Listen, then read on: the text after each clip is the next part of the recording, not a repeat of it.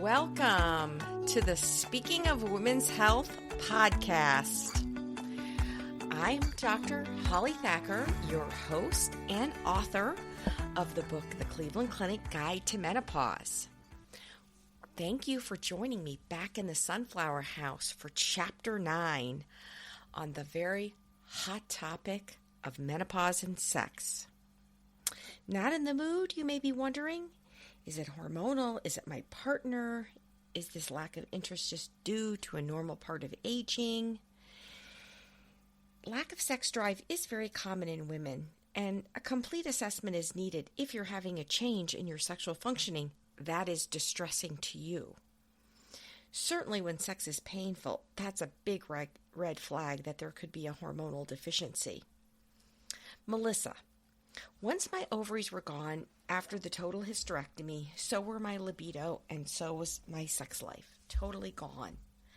I knew my hysterectomy was going to fast forward my body into menopause and all the physical changes that go along with it. And because my estrogen level would drop dramatically following the surgical procedure, I was mentally prepared for the hot flashes. But I had no idea after my hysterectomy it would cause a complete continental divide in my bed, with my husband on one side and me on the other. My husband was sympathetic, but he was frustrated and concerned because he couldn't work his old magic. I was really frustrated too, and in quite a bit of pain. It was feeling like sandpaper down there, rather than like a woman ready to make a move. I tried everything. I relaxed with a glass of red wine, flipped off the lights, turned on the charm, but I just gave up on sex because it hurt too much. My insensitive gynecologic surgeon suggested buying just an erotic videotape and scouring the sexy aisle of the nearest lingerie shop to rev up my sex life. But as I quickly learned, erotica cannot make the thin, painful vagina healthy. Different perspectives on sex. It should come as no surprise that women think differently than men do about sex. Our emotions toy with our brains and send mixed signals to our bodies. If we're unhappy in our relationships, stressed out at work, or just feeling blah because of all those hot flashes and a few extra pounds, our brain will say, no sex tonight, and our bodies will respond, no way, no how. But men come home from a long day at work and look at sex as a stress release. If everything has gone wrong in the day, the one thing that would make it right is, you guessed it, sex. The brain gives direct orders to the body. I want sex, and boom, he's ready. So emotions aren't always a factor. So imagine the frustration that results from this biological mismatch. Faced with different perspectives, a couple will often have difficulty getting into the moment. Gradually, the moments pass and pass. When I talk to my patients, I often discover this gap between the expectations of men and women, as well as a lack of open discussion about sexual activity. Many times, sexual dysfunction is, in terms of it in a relationship, doesn't really have anything to do with menopause. But how do you know? Well, this chapter is going to address some of the most common complaints and concerns that midlife women face, examining how they may be affected by the onset of menopause. We will also discuss other possible factors that you can address with your partners and your doctor, and give a little update on some relatively newer therapeutic options. Sex and intimacy changes. If you rate your sex life as unsatisfactory or even downright unpleasant, sadly, you're not alone. Up to 40% of women can experience sexual dysfunction at some point in their lives, and women who've had their ovaries removed at an early age may be the most affected. Difficulties can range from basic lack of desire to painful sexual activity. Every woman responds to sex and intimacy in individual ways.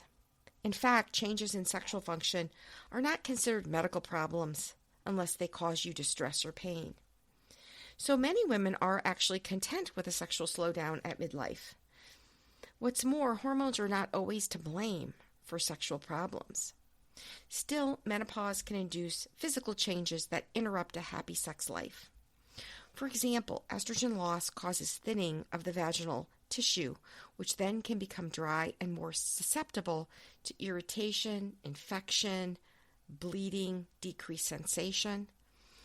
Other common sexual complaints associated with menopause include much slower sexual arousal, less lubrication during sexual activity, sensitive skin in the vulva and vaginal area, and downright painful sexual activity called dyspareunia.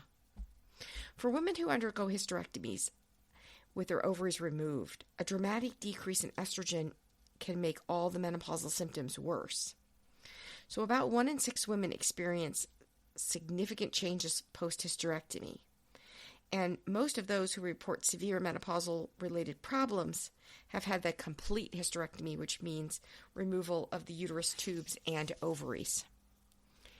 Even when just the uterus and tubes are removed and the ovaries are left in place, the clamping of the blood vessels during the procedure can reduce blood flow to their ovaries and affect the production of hormones. So all of this means talking with your physician is absolutely critical if you want to continue to enjoy sexual intimacy throughout menopause and beyond. And even if you're a nun and don't ever plan on any sexual contact, it's still very important to have a healthy vulva and vagina because that affects your entire genitourinary system, which includes your urethra and your bladder. So start by describing your concerns to your physician. And then your physician can help determine whether the solution is hormone therapy, sex therapy, non-hormonal therapies, or other things. Be open with your physician. If he or she doesn't ask you about your sex life, then you need to raise the subject. Volunteer information and come with a list of questions, because sex is an integral part of intimate relationships and our personal health. And don't tag it as an X-rated subject or just discount the importance to your overall happiness. And particularly if you are unhappy, frustrated, and especially if you are in pain, do not keep your silence because the pain needs to be addressed. Risk of postmenopausal sex. Wanting to have sex is generally a sign of good health in that any medical or physical ailment usually zaps the sex drive. Sexual activity requires some exertion, and physical activity is good for your health. That being said, sex can be dangerous if you put yourself at risk for sexually transmitted infections. I have seen many midlife women and even great-grandmother geriatric women freed from the burden of pregnancy concerns throw caution to the wind and sometimes end up with serious infections. While not life-threatening always, many sexually transmitted infections like genital herpes, genital warts can be painful and embarrassing. But some sexually transmitted infections are life-threatening. The most serious one being, of course, human immunodeficiency virus, HIV. Any exchange of any bodily fluid can put you at risk. Mutual monogamy with a trusted partner and using safer sex techniques like the consistent use of a latex condom without the use of any mineral oil or lubricants that can dissolve the latex should be given high priority. And it pretty much goes without saying that your sexual toys should be cleaned and not shared. We'll be back after a quick break. Hey, quick question for you. Are you someone who wants to be fit, healthy, and happy? And what if I told you you could get your dream body by simply just listening to a podcast? I'm Josh. And I'm KG, and we're the hosts of the Fit, Healthy, and Happy podcast. Listen, we get it. Fitness isn't easy. Carbs, no carbs. Just stop, okay? It doesn't have to be that complicated. And that's why we made this podcast. We get straight to the facts so you can become your best you. So the way to check us out is click the link in the show notes or search Fit, Healthy, and Happy podcast on any of the major podcast platforms. We'll see you soon. Isn't it natural for sex to become just less enjoyable as you age, you might ask? If you think that enduring uncomfortable sex is just part of getting older, then you got to retrain your thoughts. You should be able to enjoy sex as long as you can eat and breathe, even on your 85th birthday if you like. Of course, our feelings about sex and our bodies will change as we age, but our mechanisms should still be primed for the job. So then we need to ask whether the root of the sexual dissatisfaction is physical, psychological, or both. Are hormonal changes responsible for the dysfunction? Could it be neurotransmitters? Could it be any underlying issues inhibiting the necessary brain-body connections that trigger sexual pleasure? Well, if the answer was simple, all people would be having great sex. So what are some of the key sexual concerns at midlife? The key sexual issues that women face include lower sex drive, arousal disorders, and painful sexual activity, dyspareunia caused from an atrophic thin vagina, which the medical term to encompass not just the vaginal changes, but the urinary changes, is GSM, genitourinary syndrome of menopause. Low sex drive. Lack of sex drive tops the list of sexual frustrations that many women experience during midlife, and that includes premenopausal women as well as perimenopausal women and postmenopausal women. So many of these women come to me and say something to the effect like, I don't feel interested in sex at all. I love my husband, but I just have too much on my mind. I'm never in the mood, but I used to be interested and enjoy sex, but I just don't know what happened. Many women who report low sex drive will still want to have physical intimacy with their partners, and many of them also say that they've been previously very active in the bedroom, just not lately. So yes, sex drive does naturally decrease as we age. I mean, the purpose of a sex drive biologically is to reproduce. And so the energy and sex drive that we had in our 20s and 30s, the prime reproductive years, declines. Our biological clocks can reflect the fact that we no longer need to procreate. And women's lives are classically divided into cycles. And when the baby-making stage ends and menopause begins, it's not surprising that sex drive change accordingly. Although a decreased sex drive during menopause is not necessarily a problem for every woman. Some people accept this and are happy with less sex, preferring to express love in other ways. And many men can share this preference for non-coital intimacy. Some women never really enjoyed sex to begin with, quite honestly. This is a matter of preference and completely normal. So in such cases, low sex drive is not a medical concern unless it's distressing to the individual adult woman. On the other end of the spectrum, once people have no worries about pregnancy and there's no children underfoot at home to dampen the mood, and there may be less stresses in life and work, all of which are normally obstacles to stoking the fires, some women actually notice an increase in sex drive, particularly during the early menopausal years when they maintain the same amount of testosterone production but have less estrogen production from loss of eggs.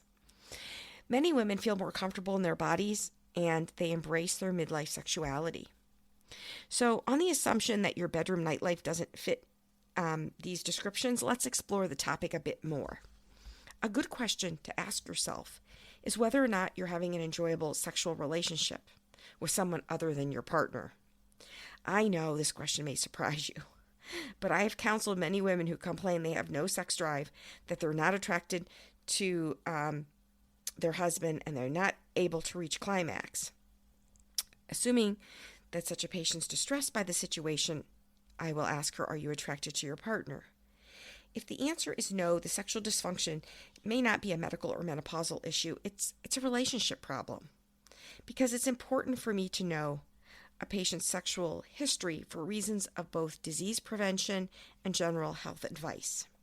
So I always ask whether a woman has more than one partner. Sometimes a woman says yes, she's having an affair, feels like a 25-year-old sex goddess when she's with another person, but has yet no sexual chemistry with her long-term partner.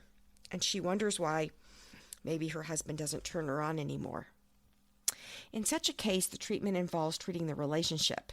And the best way for the couple to do this is to enter therapy with a professional who is trained and skilled in counseling couples. Finding the lost libido.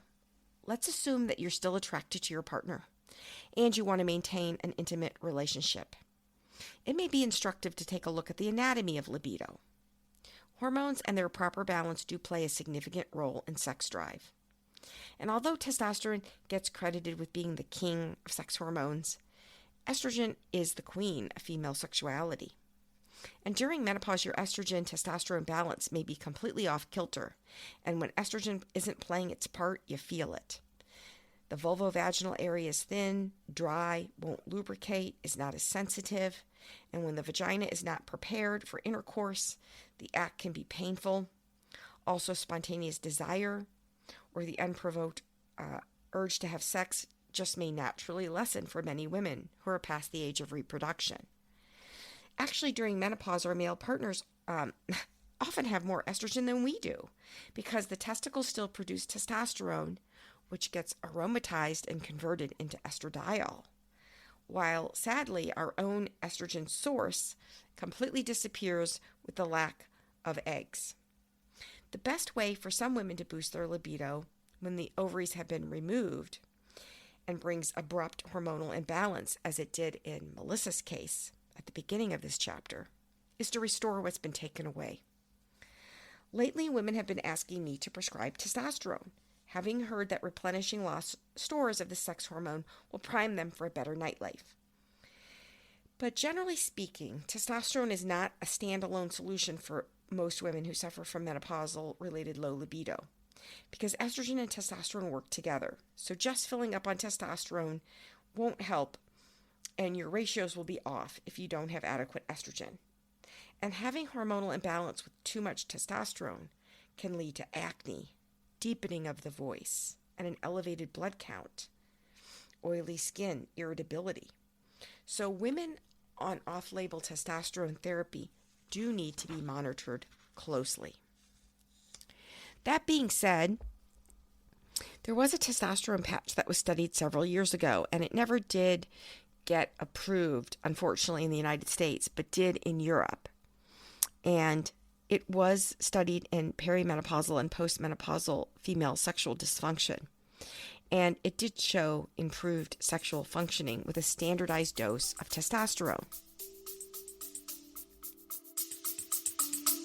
We'll be back after a quick break. Have you ever experienced fitness failure? You know, you set a goal to exercise, you're all excited, and then you're not.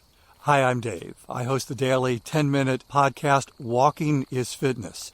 Instead of an exercise goal, I talk about making a fitness promise. And every day you keep that promise, you add another link to a growing fitness chain. This is a podcast of action.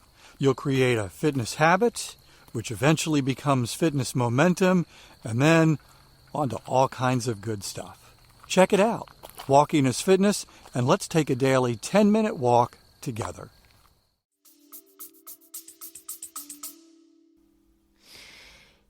Currently, though, for the most part, we're forced to give women smaller doses of testosterone products formulated for men in just 1/10 the dose, or use trusted compounding pharmacists to mix up a very low percent of testosterone. At this time, and has been the case for several years, even before the FDA was established, there is just one esterified estrogen testosterone pill combination. It was initially marketed under the name Estratest Half Strength and Full Strength, or Covarix HS or Full Strength, and now is only available in generics. It's been used in women who deal with treatment-resistant hot flashes who have adequate estrogen. It's also been studied for its effects on sexual function. There are also different testosterone gels like Androgel and Testim that are used in men that can be used off-label in women in 1/10 the dose. Some people will use off-label medications which are currently only used for erectile dysfunction in men and pulmonary hypertension. Medicines like Viagra, Cialis, Levitra, the PD5 inhibitors. And they have been used sometimes successfully in women with genital arousal problems and women with orgasmic dysfunction caused by antidepressants. We will discuss more about antidepressants and sex in a moment. So I do prescribe off-label topical testosterone to be applied to the clitoris or the vulva in compounded forms in either a Vaseline type base or an Aquaphor base. And this can be helpful, but does need to be balanced with estrogen. And I'd like to emphasize that while women can find testosterone at compounding pharmacies, anything that's compounded is not directly regulated by the FDA. And so please remember my earlier warnings that just because you get a treatment from a compounding pharmacy doesn't mean that it's safe and effective. And too much testosterone definitely can wreak havoc on your skin, hair, and body. So one of the options that I have been using for my patients for the last almost 15 years is vaginal DHEA, dehydroepiandrosterone. It is not a hormone, but it's a hormonal precursor. And it's made in the adrenal glands. It's available actually orally over the counter, and it really shouldn't be. It's just, based on the rules, it is. And when you take it orally, though, it can be converted to potent levels of estrogen and testosterone because the liver can metabolize it. But when it's used vaginally, the lining of the uterus, the endometrium, does not have the ability to convert DHEA into any hormone. So there's no effects on the uterus. And it allows the cells of the genitals to make just the right amount of intracellular estrogen and testosterone. So for genitourinary syndrome of menopause, I think it's actually more effective than just using vaginal estrogen or using vaginal estrogen with topical testosterone. And ever since the publication in the Journal of Women's Health was published in 2009, I've had our pharmacist compound a 1% suppository. And used nightly, this not only treats the atrophy, thinness, drying, but also improves sex drive and climax without systemic effects. And there's no black box warning. Now, the form of vaginal DHEA and the 0.5% formulation was approved late in 2016 and is available in pharmacies for prescription in the form of Intrarosa. But that dose didn't help sexual desire and climax at the 0.5 as well as the 1%. And so legally we can still have medicines compounded if they're not commercially available in the right percent, dose, or other vehicles used. So that is an option that I offer to many women, including women that are breast cancer survivors, uterine cancer survivors, women who are fearful of estrogen, or women who simply don't respond to estrogen. And in my experience, I found it very rare for someone not to respond to vaginal DHEA.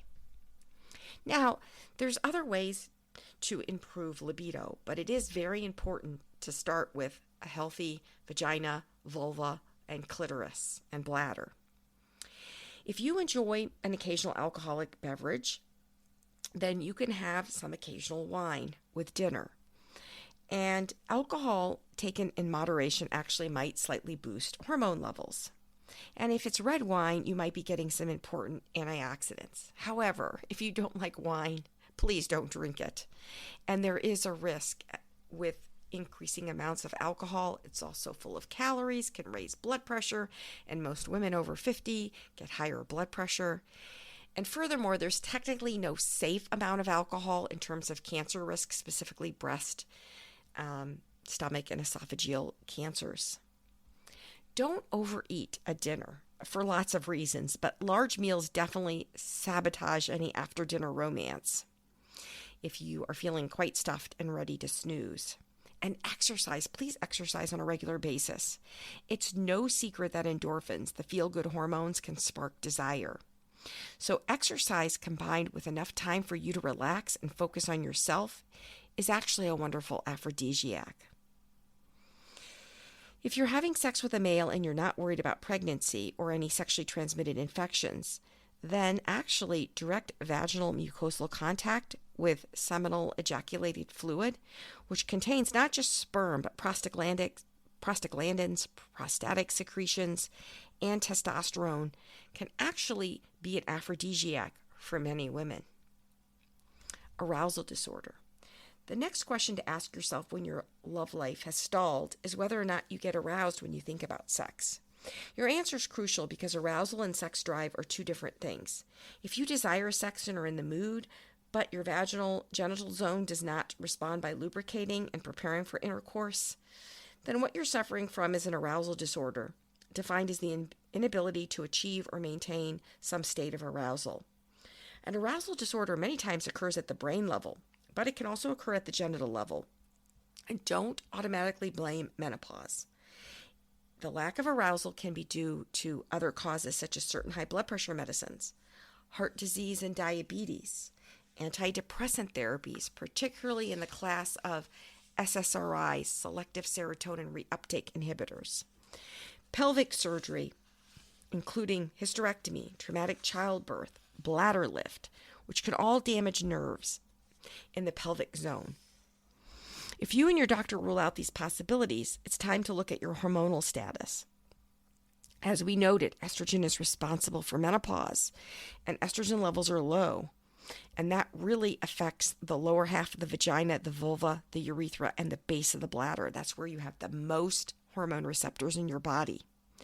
And when you lose estrogen, not only does the tissue get fragile and thin, but you lose collagen. You have less pelvic elasticity. And when the skin is dry and thin, it can hurt. And as soon as you have any pain, you can have vaginal muscle spasms called vaginismus. And for some time, there have been the PDE5 inhibitors like Viagra and Cialis. And so older men with erectile difficulties many times are using pharmaceuticals that allow them to maintain quite an erect, firm erection. And that may provide further discomfort for women whose genitalia is already fragile. Lack of response to sexual advances can diminish the sexual relationship between a man and a woman over time. And if your partner is erect and your body is unwilling to respond, his excitement will naturally wane when he can't please you. Also, it may be more difficult for you to have sex when your tissues are dry and fragile, so you're not going to be interested in anything that's painful. And we'll talk more about this in Chapter 11. So this gradual downward spiral can occur over several years.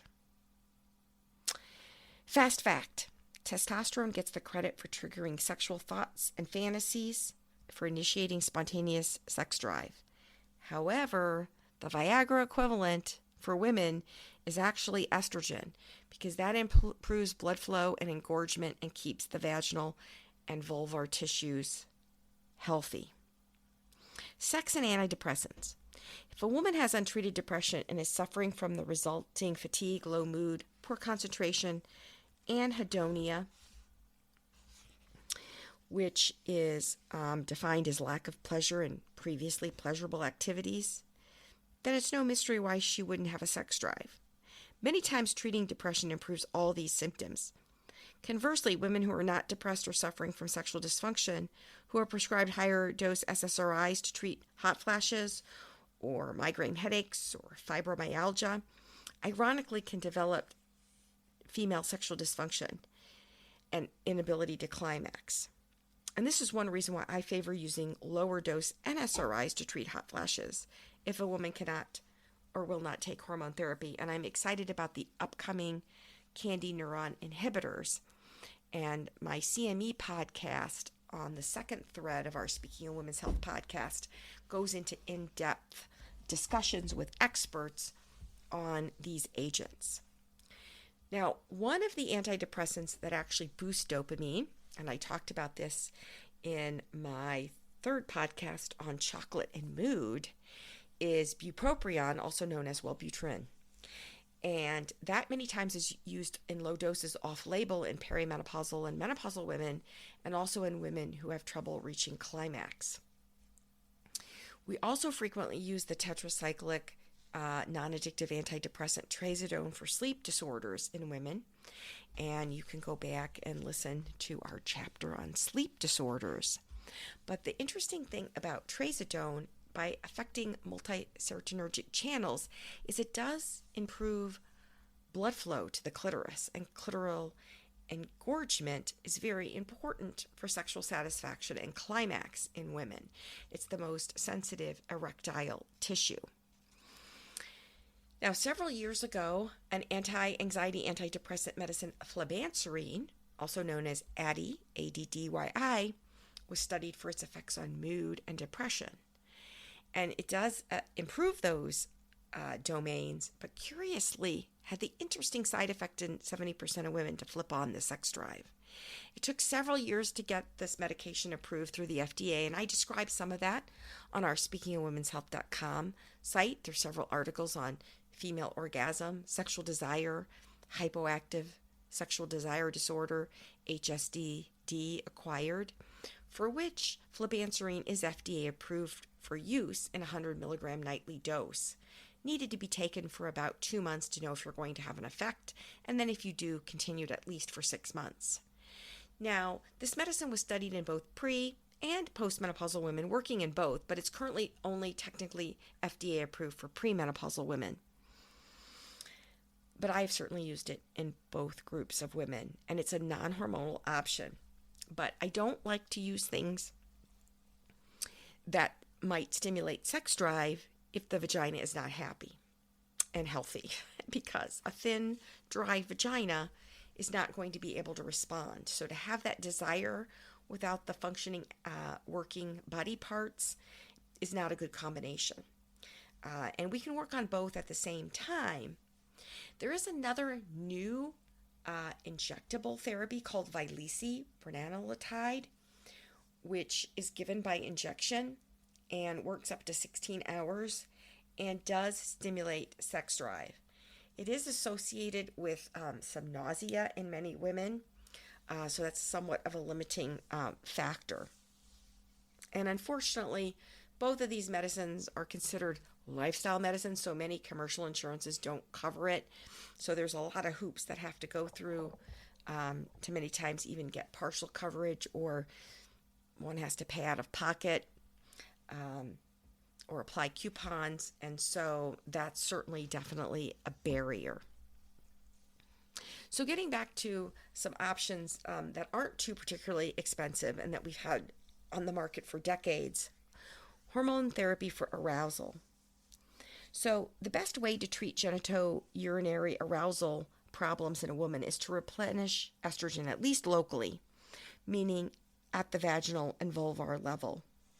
Because without this hormone, it's hard to achieve the physical response necessary to have comfortable and enjoyable intercourse. As with any hormone therapy, your doctor should be able to advise you related to the type, whether it's cream or pill or vaginal ring is most appropriate. And remember, you have a choice. I'm looking forward to hopefully in the future having a vaginal ring that has the DHEA, because the nightly suppositories are a bit messy.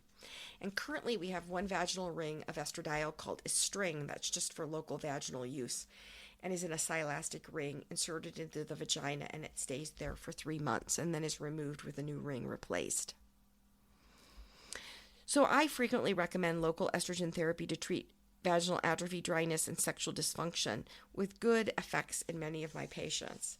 The vaginal Premarin cream, which is conjugated equine estrogen, and the 0.5 milligram dose twice a week, is also indicated to treat painful intercourse as well as vaginal atrophy. And the Premarin has 10 different estrogens in it. There is a plain estradiol cream, Estrace, or also available in generic, which is less expensive. The volume of it is needed is more, and there's only one estrogen, estradiol, in that. There's estradiol tablets in the form of Vagifem or generic Uvifem, and there's some new estradiol vaginal inserts mixed with coconut oil or medium chain triglycerides in the form of Invexi, 10 micrograms twice a week as a maintenance dose after using it daily for 2 weeks, as well as the uber low dose for MCGs, which sometimes I will use in women very sensitive to estrogen, like in endometriosis or breast cancer survivors. But in most of those cases, I generally prefer to offer vaginal DHEA first. So treating dryness. Certainly you can use over-the-counter products to lubricate the vaginal area. There's water-soluble ointments such as KY Jelly and Astroglide. They do not weaken latex condoms the way mineral oil and Vaseline will. And please don't use either mineral oil or Vaseline in the vagina. Lubricants are usually a quick fix. You're just treating dryness. Women who choose to use them should also consider using a vaginal moisturizer such as Replens or Silk E a few times a week as a moisturizer rather than only using with sex. For a combination of a moisturizer lubricant, you can use some external vitamin E oil or even olive oil. And no, it doesn't have to be just extra virgin olive oil. Hyaluronic acid, Reverie, is a new product which does seem to help the mucosa and is a non-hormonal option. And just like hyaluronic acid is nice for our face and hands as a moisturizer, there are vaginal formulations over the counter. Why Viagra is usually just for men? Well, men may have trouble keeping the penis engorged as they get older, and most of male sexual dysfunction is related to erectile problems. Most women don't have the sexual equivalent of this problem, although women with diabetes with complication, pelvic nerve damage, spinal cord injury certainly can. Women's problems with sexual function are generally different than men's, and they don't have such an easy, quick fix like Viagra. For most women, truly the most important sex organ is actually the brain, and a lot of arousal problems start there. So estrogen primes the brain for sex, testosterone initiates the desire, estrogen and neurotransmitters help the genitalia to respond to sexual stimulation, which can ultimately, hopefully, culminate in climax. Painful sex from genitourinary atrophy, GSM, atrophic vaginitis.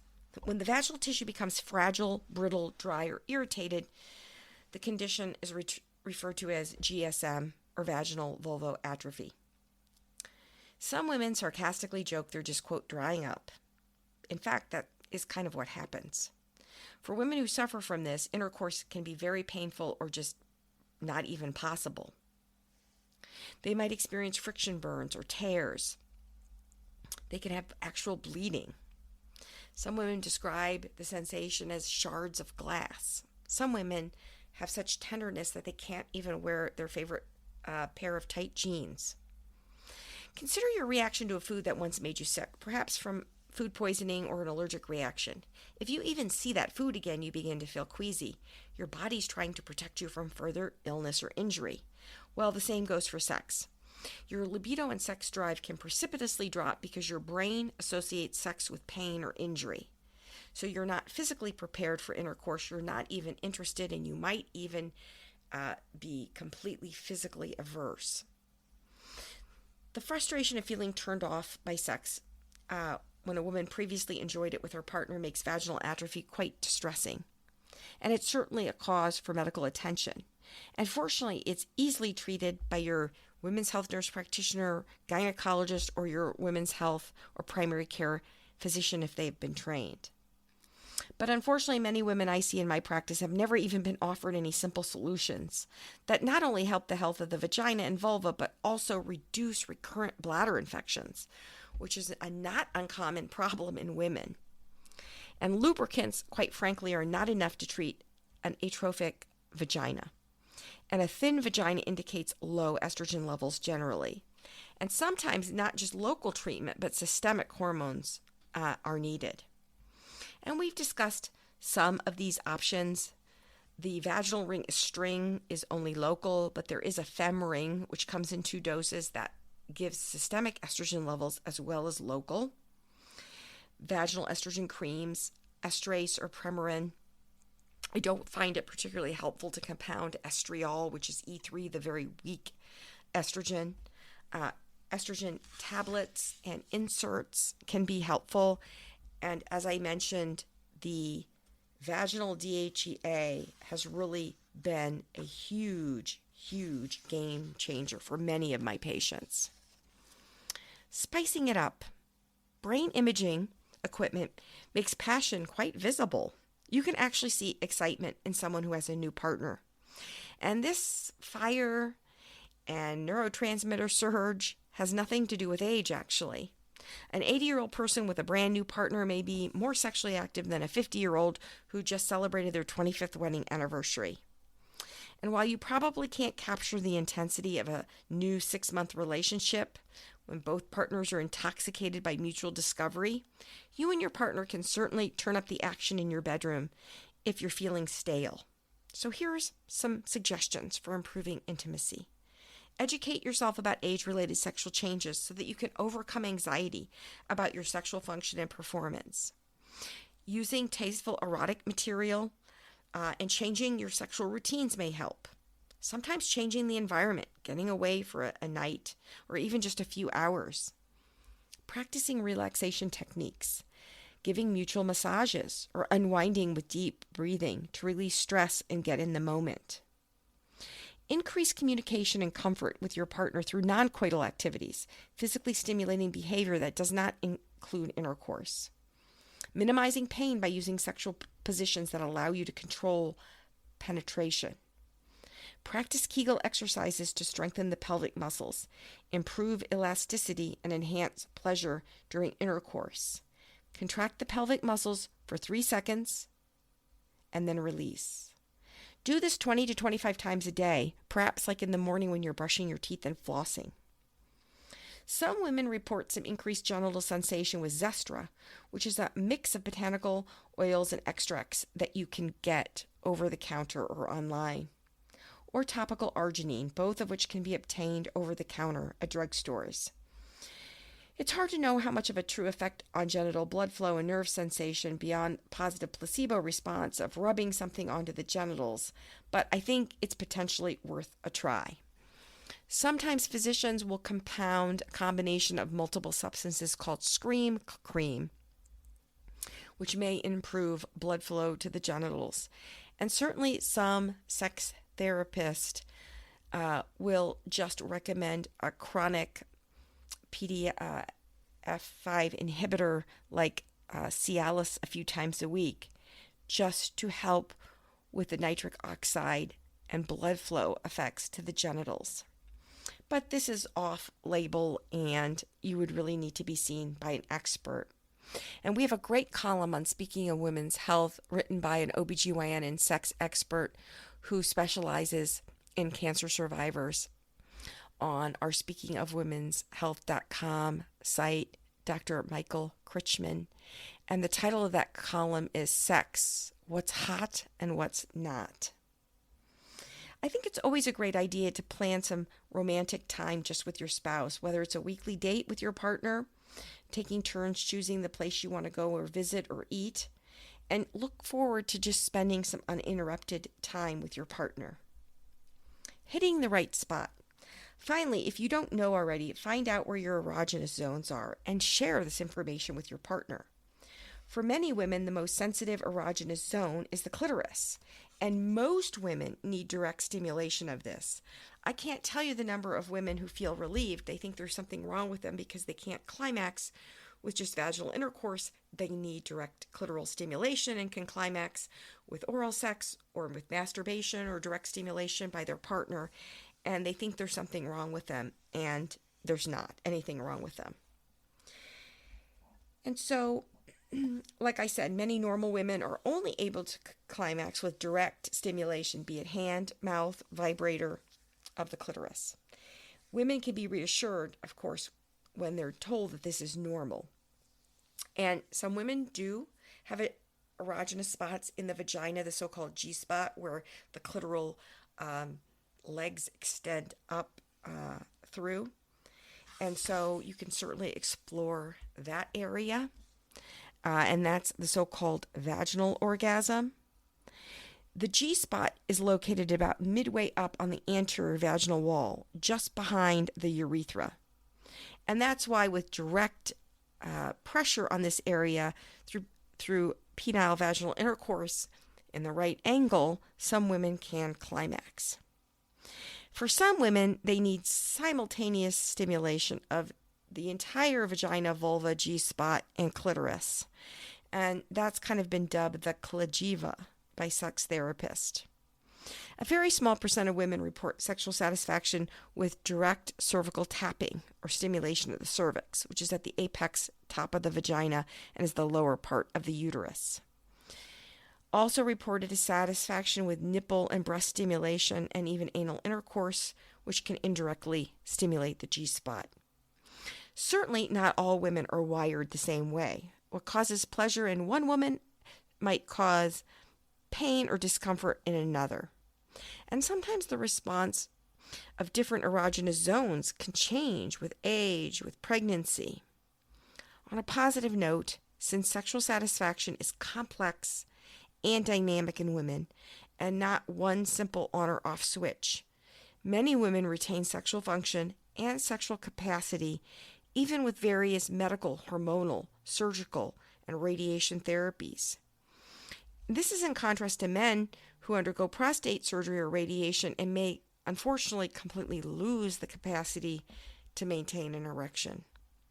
We certainly need more research on female sexual function and female sexual dysfunction to find other treatments, simpler treatments, or more universal treatments.